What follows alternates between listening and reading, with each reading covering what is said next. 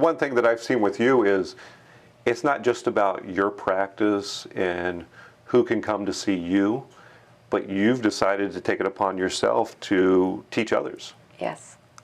And so who are those people that are looking, if they're doing a Reiki class or energy class with you, who are those type of people that's coming to your class? So I do get quite a range, believe it or not. So I get the people who are, you know, maybe they've been doing yoga for a couple years and they like the way it feels on the body.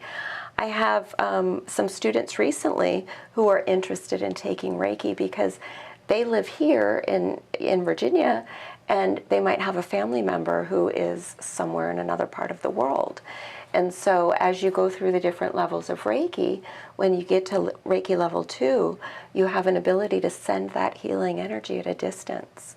And so for them, they like to feel like they're sending some beneficial energy to support their relatives' healing. And it can be a very empowering feeling to hear, you know, oh, that person is feeling better after your distant Reiki treatment. So I get people from kind of all walks of life. And recently, I had a mother and her 11-year-old son who took all 3 levels of Reiki, and then they went to Poland and they assisted the Ukrainian refugees with Reiki. So it was very transformative for them. Cool story. Yeah. Yeah, I think we see this all the time, but you know, when you see chiropractic, you sort of have you know what's happened is somebody increases range of motion or they have less pain. But what is some of your success stories that you've seen?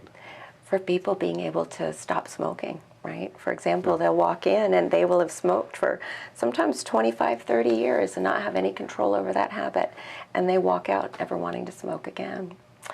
I had a situation recently too with somebody who was having some undesirable, I don't know, it's like, I guess it would be some kind of a fetish that they didn't want to have, and they were very, very self-conscious of it. And so certain things like that, again, it was one treatment, and I've kept up with that person, and that's never crossed their mind again. So certain things like that are just tremendous. I love it. To me, it seems like a miracle, but once you know how to do it, it's not such a miracle. But I get great joy when people can have experiences like that.